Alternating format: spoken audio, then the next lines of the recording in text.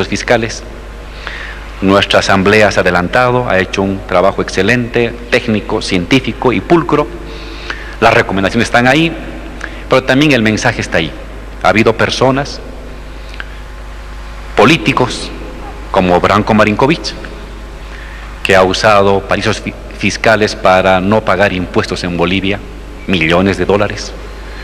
Ha habido otro político, como el señor Doria Medina, que ha utilizado un paraíso fiscal para evadir el pago de impuestos de los bolivianos. Mientras un asalariado como ustedes se les descuenta el 12.5% de su salario para pagar impuestos, cuando va a comprar algo paga impuestos, un magnate, un multimillonario, un rico macpato como es el señor Doria Medina, se va a un paraíso fiscal para no pagar impuestos. Inmoral, indecente, ilegal, injustificable, abominable, pero eso es lo que hacen muchos políticos que a la vez son empresarios.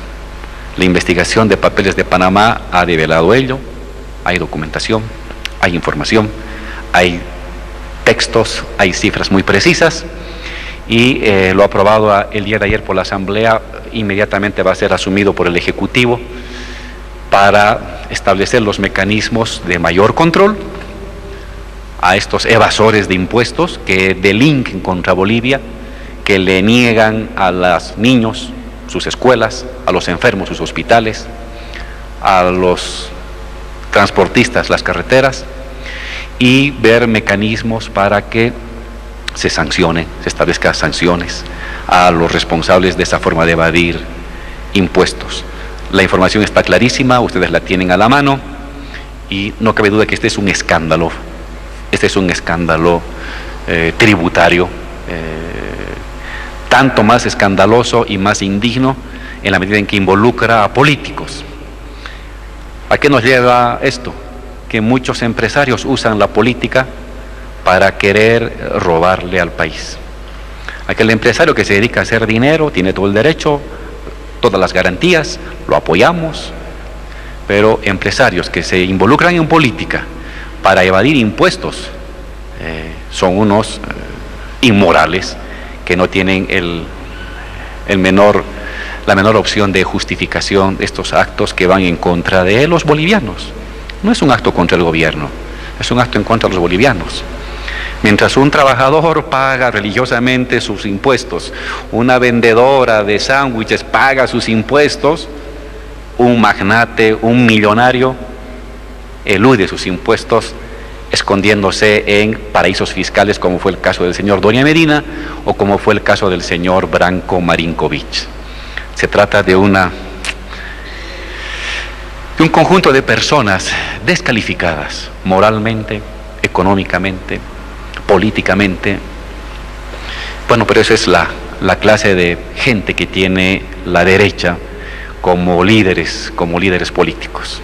Abominable, indignante, sin embargo, lo que ya ha sacado la comisión de la Asamblea, muy importante para investigar, para sancionar y para impedir de que vuelvan a seguirle engañando a los bolivianos.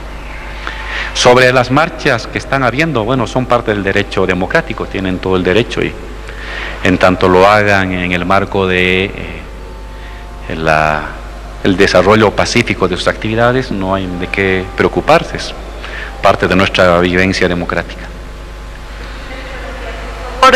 Sobre el tema de la vocería de la demanda marítima, el canciller dijo ayer en una entrevista que ya no es necesaria esta vocería, que ahora viene un proceso netamente jurídico. ¿Qué quiere decir esto? ¿Carlos Mesa continúa como vocero de la demanda?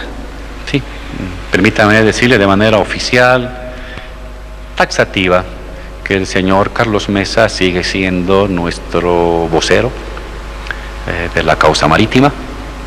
Ha hecho un trabajo muy importante a nivel internacional, hemos saludado ello, sigue cumpliendo su misión y la cumplirá hasta que el presidente defina que ya se culminó. Pero en tanto, y especialmente en tanto no tengamos el fallo de La Haya, no hay por qué variar esto. y creo que no hay nada más que decir al respecto. El señor Carlos Mesa sigue siendo el vocero de la causa marítima, junto con muchas otras personalidades, junto con el resto de los bolivianos, todos también somos voceros, pero el señor Carlos Mesa tiene una función oficial que la seguimos respaldando y la seguimos garantizando y la seguimos valorando. Vicepresidente, buenos días. Dos consultas, por favor. Una, ¿cómo ve usted la preocupación que ha expresado la presidenta del Tribunal Supremo Electoral respecto al carácter vinculante del fallo del Tribunal Constitucional referida a la reelección indefinida? ¿En qué queda el carácter vinculante, su cumplimiento? Y además, otros sectores dicen que este referéndum del 21F está vigente porque el fallo además no dice absolutamente nada del mismo. Y el segundo tema, por favor, si me permite, ¿qué opinión le merece la situación del CEDIF, de esta organización no gubernamental a la que le han bloqueado las cuentas bancarias y esta entidad dice que hay una suerte de arremetida de parte del Ejecutivo? Bueno, sobre el tema del tribunal, sobre el órgano electoral, el referéndum tiene un carácter vinculante. El referéndum fue en torno a si se modificaba o no se modificaba un artículo de la Constitución. Ganó el no por un punto y la Constitución sigue vigente. Ese artículo sigue vigente, no se ha modificado. La consulta al Tribunal Constitucional no es sobre ese artículo. Eso fíjense bien. No toca ese artículo. La consulta al Tribunal Constitucional toca sobre otro artículo que dice que los tratados internacionales tienen aplicación preferente al propio articulado.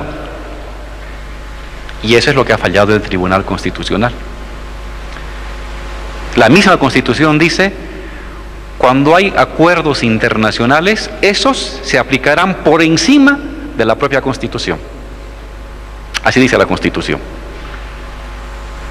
Y entonces el Tribunal Constitucional ha dicho, en este tema de derechos humanos, el acuerdo internacional, tal como la Constitución establece, se aplica por encima del propio articulado de la Constitución.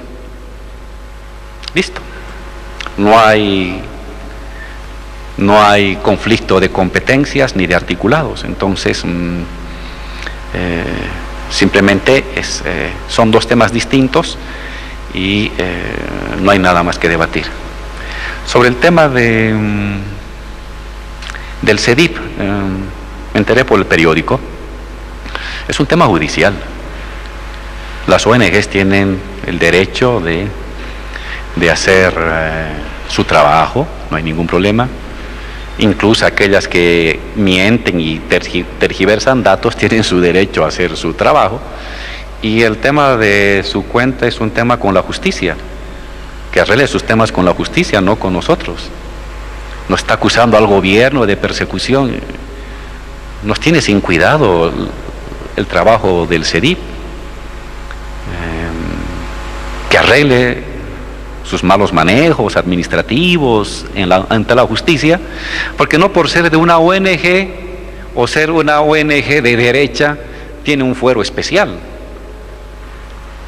Todos somos iguales. Si usted tiene un problema judicial y en la justicia le dicen que se le congelan sus cuentas, se congela. A alcaldía se le congela sus cuentas porque incumplen los procedimientos, porque están hechas mal las cosas. No porque sea una ONG va a ser todopoderosa.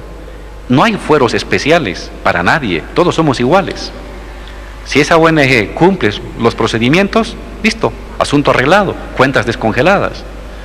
Pero si cree que tiene impunidad por ser ONG de derecha y tiene impunidad para hacer lo que le dé la gana, incumpliendo las normas, falso. Entonces, se le han congelado las cuentas no porque es ONG de derecha, se le han congelado las cuentas porque ha incumplido los procedimientos. Y aquí todos somos iguales. Quien incumple procedimientos, que se atenga a las consecuencias judiciales. Sencillo. Mucho alboroto para un tema estrictamente judicial y administrativo de incumplimiento de normas. Dos preguntas por mi parte. Ayer el presidente posesionaba al nuevo alto mando militar y recomendaba acciones post demanda marítima, y esto ha generado una reacción en algunos sectores de la política chilena. En otra pregunta, ¿cuándo se va a realizar el cambio del alto mando policial? Gracias. Sí, sobre las declaraciones del presidente el día de ayer. De hecho, lo conversamos antes con el presidente, antes de que bajáramos con él a la posesión. Tenemos una confianza, una sólida confianza de que el resultado en la demanda que hemos planteado al Tribunal de la Haya va a ser favorable a Bolivia. Estamos confiados por la solidez de nuestros argumentos, por la fortaleza de nuestros datos, de nuestras pruebas, y una vez que salga el fallo, será el año 2018, el 19, creemos que puede ser el 18. El fallo nos obliga a que negociemos, a que nos sentemos Chile y Bolivia para dialogar, para negociar sobre temas concretos, específicos. Pues bien, para entrar a esa negociación hay que entrar con elementos muy claros en términos geográficos, en términos comerciales, en términos de transporte marítimo. Entonces, el presidente ha pedido a los ministerios, incluido al Ministerio de Defensa, incluido a las Fuerzas Armadas, el preparar los datos geográficos, los datos marítimos, los datos de transporte, para que cuando se dé la negociación inevitable entre Chile y Bolivia, tengamos de nuestro lado la suficiente argumentación para plantear nuestros argumentos a el gobierno de Chile. De eso se trata, de que todo el Estado tenga la documentación y la información precisa para que estas negociaciones que van a darse o más pronto o más tarde tengan el suficiente respaldo que favorezca a Bolivia. Eso es lo que el contenido de la declaración del presidente del día de ayer. En torno a el mando policial, eso será, habrá una renovación también del mando policial las siguientes semanas, y esto es importante, es el nuevo mando militar y es el nuevo mando policial quienes harán las nuevas órdenes de destino. Ahora se ha nombrado ya un nuevo mando militar, él es el encargado de hacer las órdenes de destino. En el caso del mando policial, una vez de que se renueve el mando policial, será el nuevo mando policial quien tenga que hacer las nuevas órdenes de destino de la Policía Nacional que se aplicarán en el 2018. Esto para que no se haga paralelismo en cuanto a la elaboración de listas y de nuevos destinos. Buen día, presidente. Sobre la planta de Uria, en un principio se había informado de que el paro de actividades obedecía a un paro programado.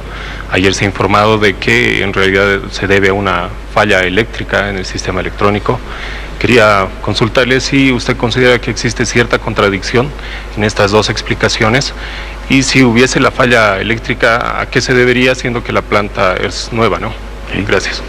¿Qué planta nueva no tiene necesidad de arreglos para inicio? Muéstreme una sola planta en el mundo que no tenga que tener ajustes en su funcionamiento. O una, muéstrenme en el mundo. Nuestro teleférico, ¿acaso no paraba las primeras semanas? Se paraba, llamaban por celular, salían los periodistas, los medios, escándalos, se paró el teleférico, es normal. Todo lo nuevo necesita ajustes. Y la planta de Uria, la inversión más importante de Bolivia, con tecnología de punta de Samsung, una de las empresas más reconocidas del mundo en la tecnología, la ha construido, la está todavía gestionando, la parte ahorita técnica está bajo Samsung, y están haciendo correcciones técnicas. Y no vaya a escandalizarse que de aquí a unas semanas vaya a haber otro ajuste, vaya a haber otro paro para hacer un nuevo ajuste de la máquina totalmente nueva. Eso es normal. Lo mismo pasó con nuestra planta de azúcar, lo mismo ha pasado con la planta de azúcar privada que se inauguró en Aguaize, lo mismo ha pasado con el teleférico, lo mismo va a pasar con la fábrica de cemento. Toda planta nueva requiere ajustes técnicos muy precisos para que el engranaje del sistema técnico y administrativo funcione ya de manera recurrente sin fallas. Entonces, está bien que estén atentos, pero a veces veo a algunos analistas, en verdad, exministros de Sánchez de Lozada, que no le dieron un solo tornillo a IPFB y que le esquilmaron todo lo que pudieron a IPFB, se rasgan las vestiduras. Ha parado la planta de urea. Claro que va a parar, es normal que pare. Claro, ese señor o esos exministros que nunca hicieron nada para IPFB no saben lo que es construir algo nuevo para IPFB. Se dedicaron a entregarlo y a regalarlo a todos los extranjeros. Construir una planta es complicado. Sus ajustes es necesario. Semanas para ajustar, hasta que ya funcione perfectamente y ahí se pone en velocidad crucero para que no pare más. A no ser que sean los paros planificados para renovar alguna maquinaria que se desgaste, etcétera. Entonces, más importante que preocuparse que si paró por un tema de un ajuste es estar muy contentos que tenemos la industria de urea en Bolivia, que producimos urea, que exportamos urea, que nos estamos industrializando. El sueño de 4 generaciones de bolivianos era tener industria, de 4 generaciones. Ahora la tenemos. ¿Qué ha parado el día de ayer? Sí, es normal que pare. ¿Y que va a parar de aquí a un mes? Sí, es normal que pare de aquí a un mes.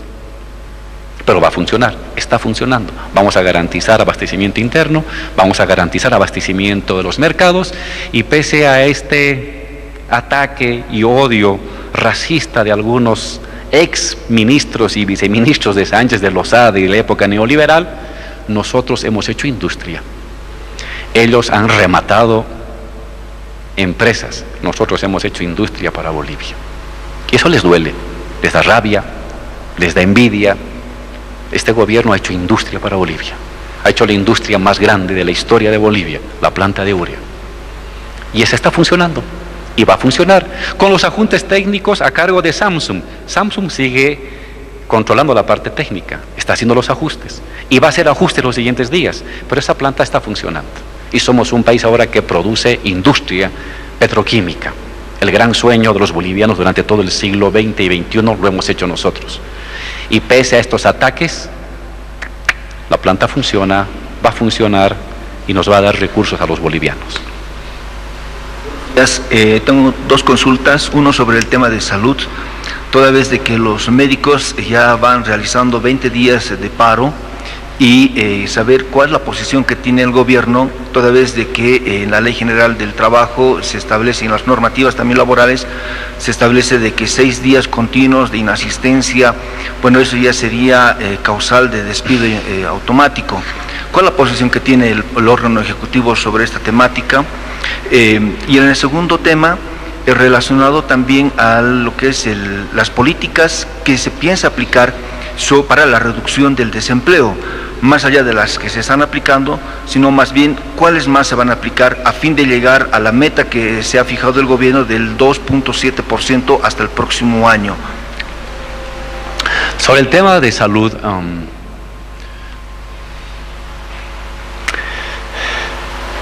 estoy más que sorprendido. No entiendo a la dirigencia de los médicos. Tengo a la mano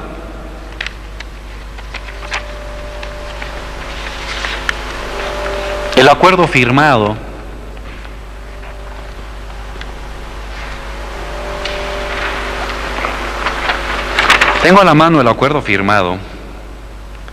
por la dirección, por la dirigencia de los médicos.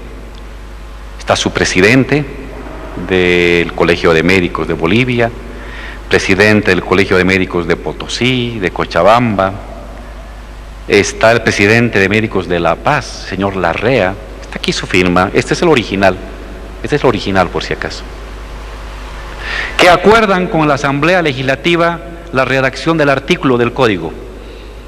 Están de acuerdo, está la firma del señor Larrea, que sale cada día en los medios de comunicación para decir no es posible que criminalicen a los médicos. Aquí está su firma.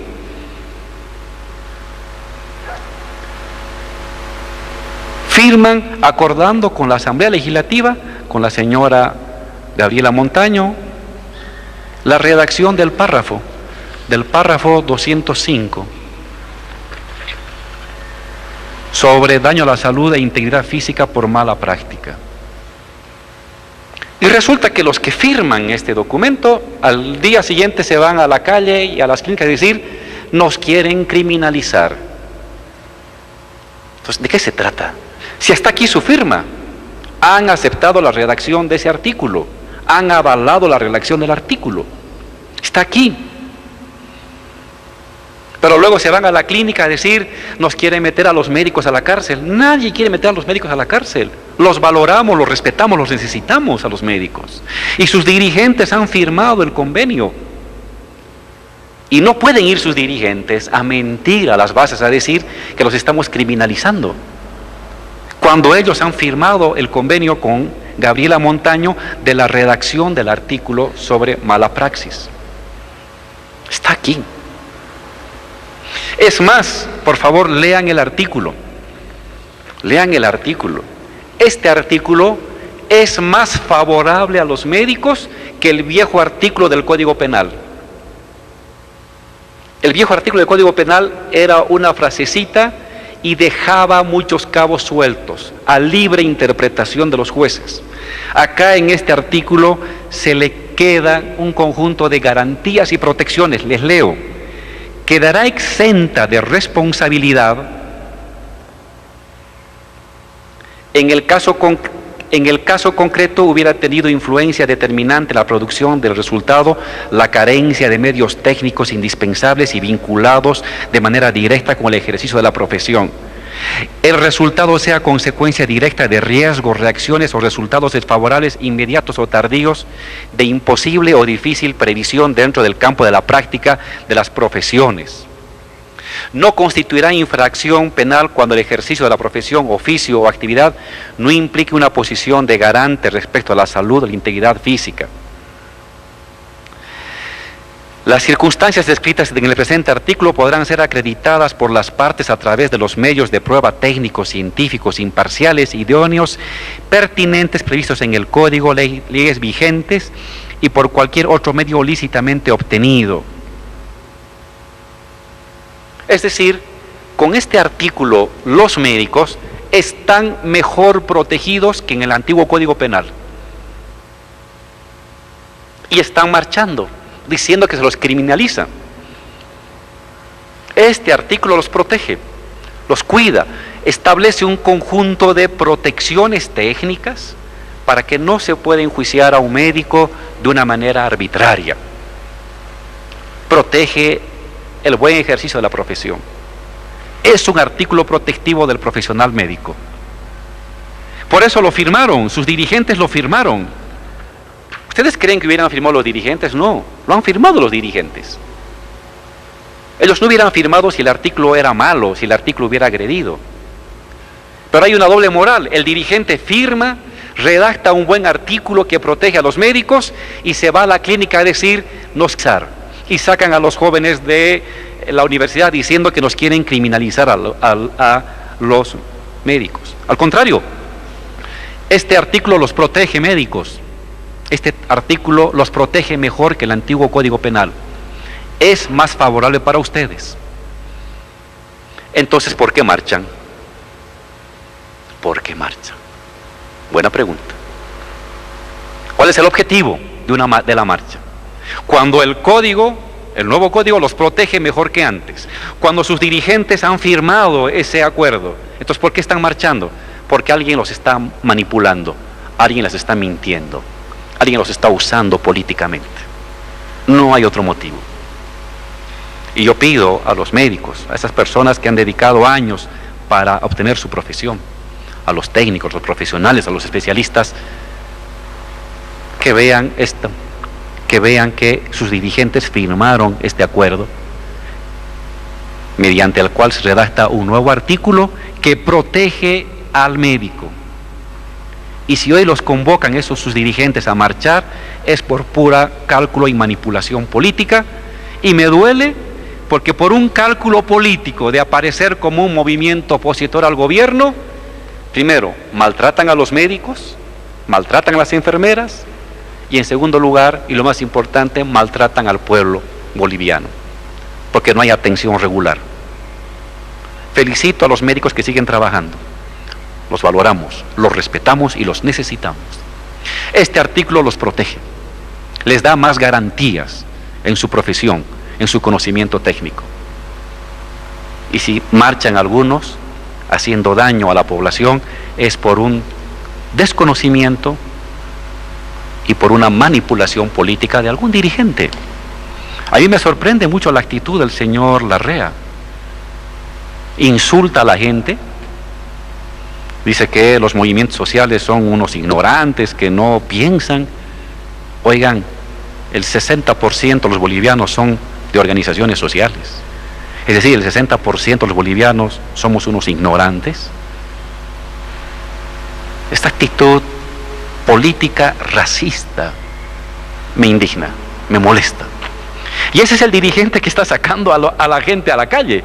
Y su firma está aquí. Por favor, enfóquenla bien. Esta es la firma del señor Larrea. Esta es la firma del señor Larrea. Está aquí arriba para que nadie se la pierda. Es la firma del señor Larrea. Él ha firmado, él está de acuerdo.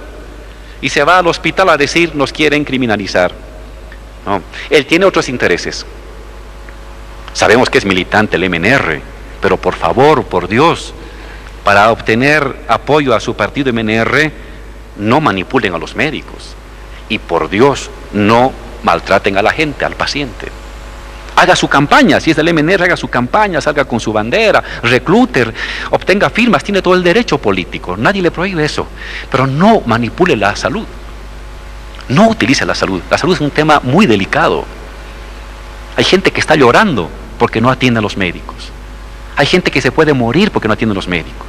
Y uno diría, pero el gobierno no les atiende. El gobierno los ha atendido, ha firmado un acuerdo el gobierno. Aquí está el acuerdo firmado. Y aquí está el resultado de ese acuerdo, está el párrafo. Y lean el párrafo 1 y 2 veces. Y este es un párrafo mejor que el anterior del Código Penal.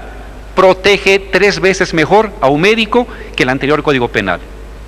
Y pese a eso están marchando. No tiene justificación racional, a no ser que sea la manipulación política. Entonces yo llamo a la cordura, con mucho respeto a los médicos. Los respetamos, los valoramos y los necesitamos. Nunca les vamos a hacer daño a los médicos. Los vamos a proteger. Al buen médico se lo va a proteger. No nos importa su filiación política. Tiene el derecho a tener el pensamiento que quiere.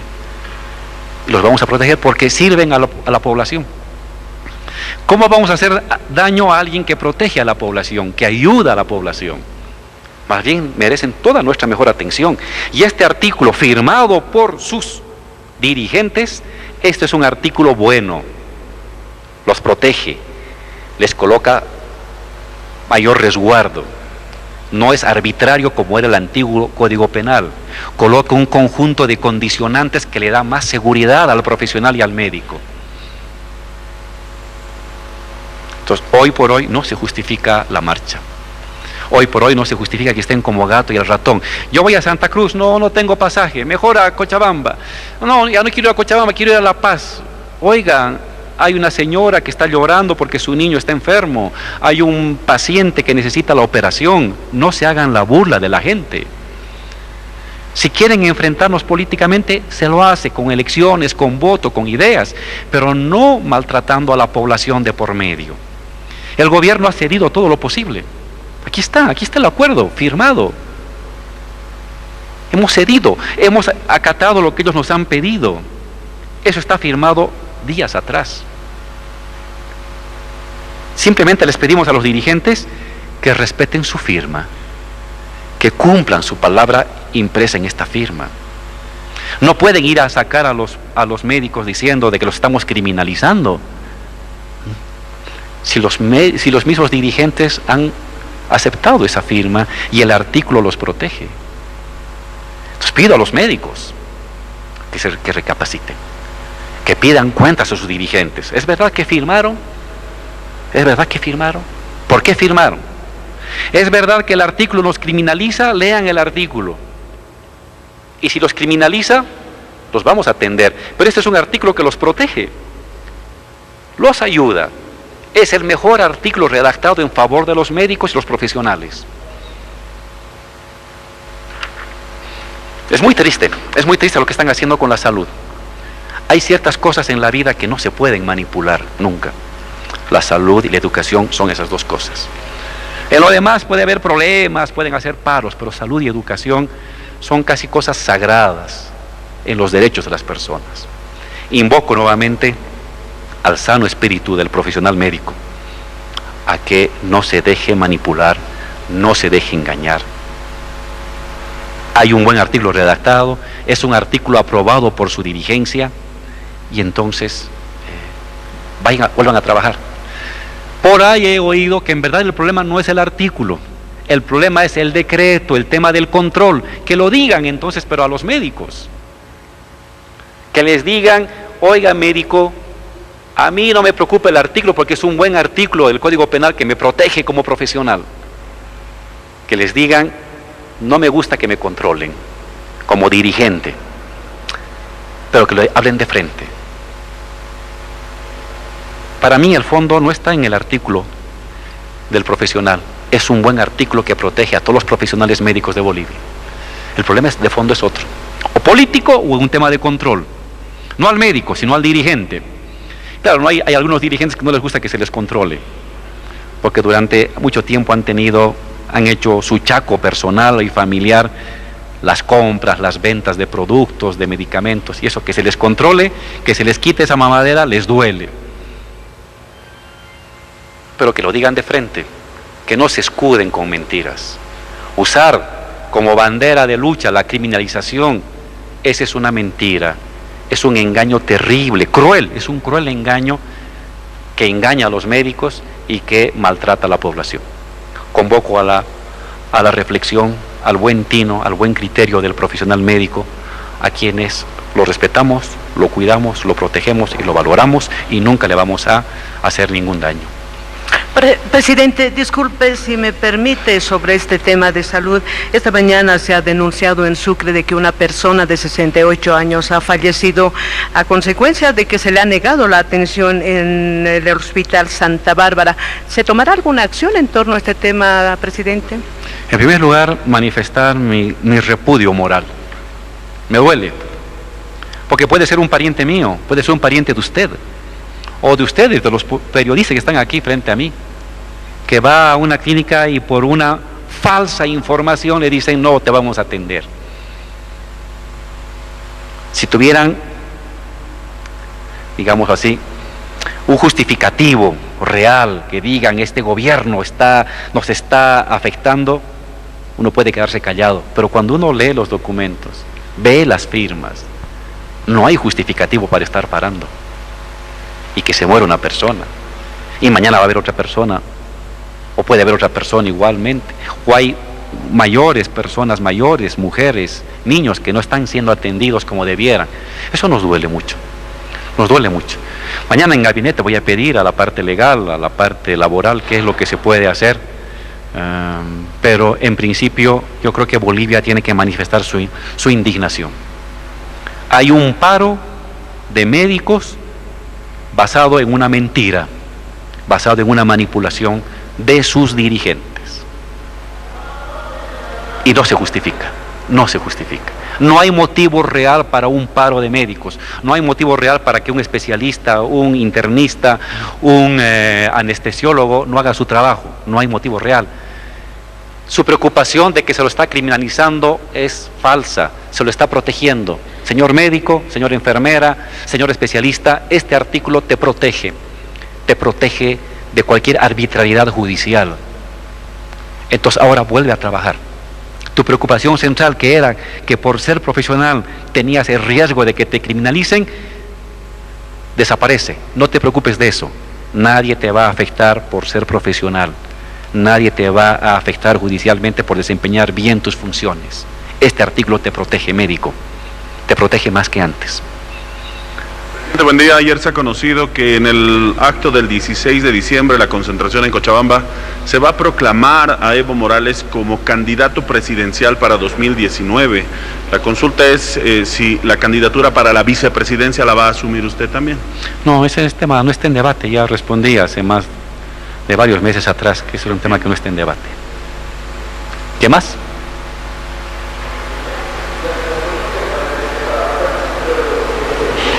Tenemos el desempleo más bajo de América Latina y el crecimiento más alto de América Latina. ¿Cuál es la fórmula de ese éxito? Nos preguntan todos. Estuve con el presidente Mujica, con la presidenta Dilma, me decían, ¿qué ha hecho Bolivia? ¿Qué ha hecho Bolivia para tener eso? El crecimiento más alto de América Latina y el desempleo más bajo de América Latina. Esas políticas de crecimiento y desempleo las vamos a fortalecer.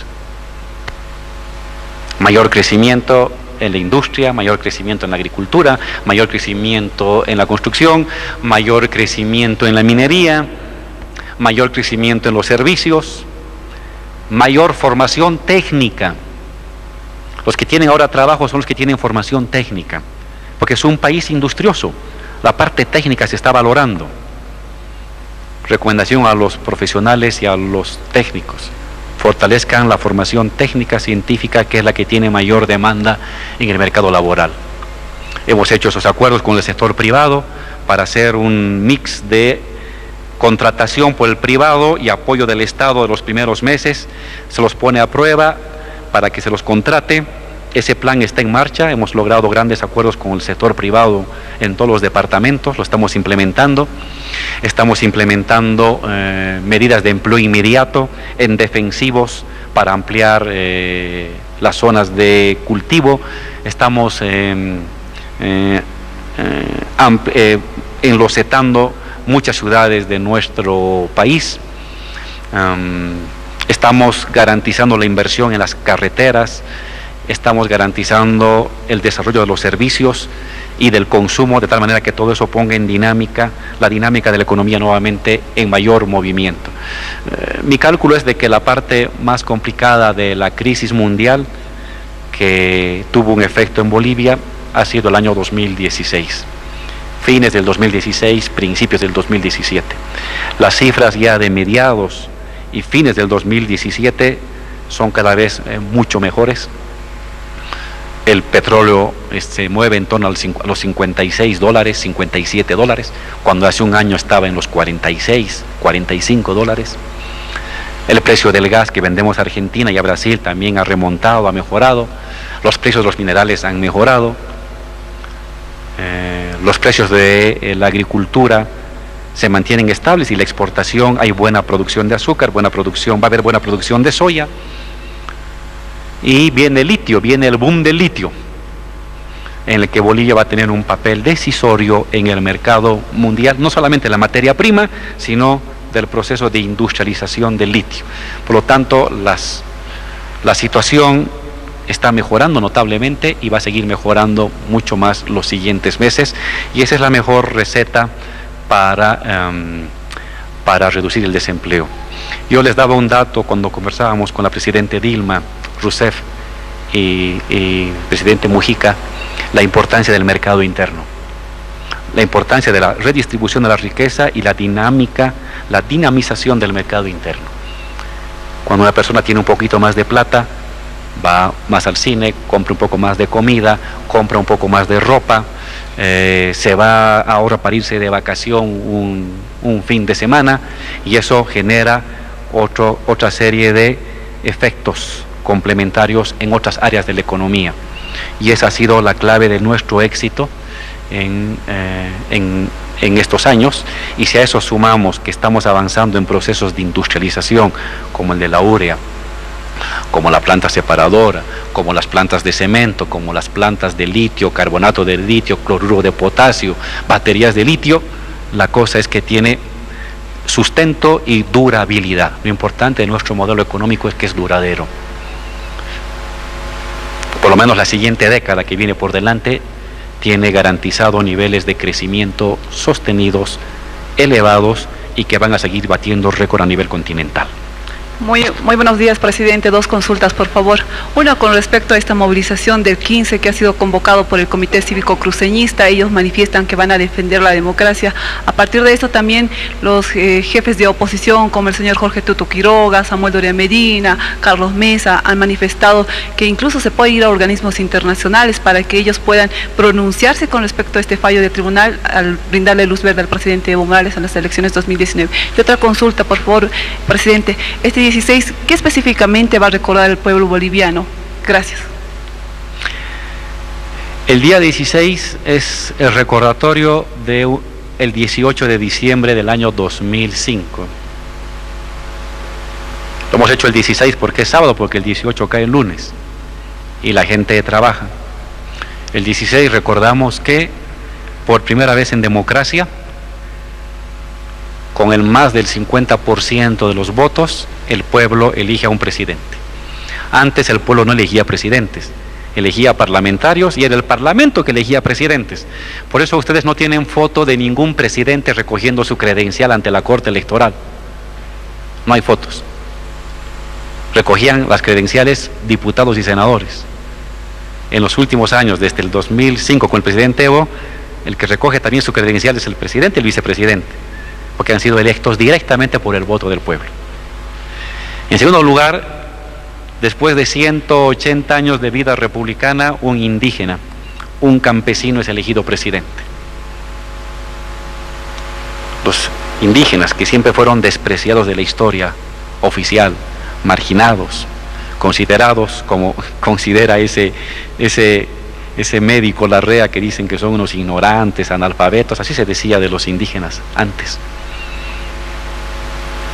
Ese racismo viene desde tiempos coloniales. Se decía no tienen capacidad, son unos inútiles, no tienen formación, no tienen alma.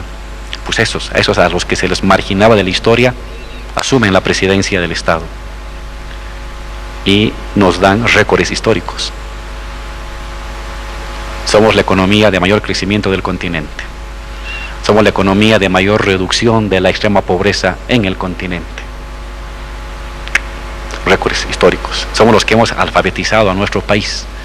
Cuando había proyectos desde los años 40 de alfabetizar, nadie lo hacía, nosotros lo hemos hecho. Había proyectos de nacionalizar, nosotros lo hicimos.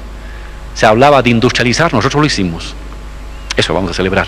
Que un indio, un indígena, un campesino ha sido elegido presidente y ha cambiado la historia esta decisión del pueblo, de que ahora los que estaban abajo vayan arriba, que los humildes, los pobres, los obreros, los vecinos, los gremiales, ahora estén arriba. Esta revolución democrática. Actividades que se desarrollan en nuestro país y también fuera de nuestras fronteras, porque el presidente de Estado, Evo Morales Ayma, es parte de esta cumbre del clima que se desarrolla en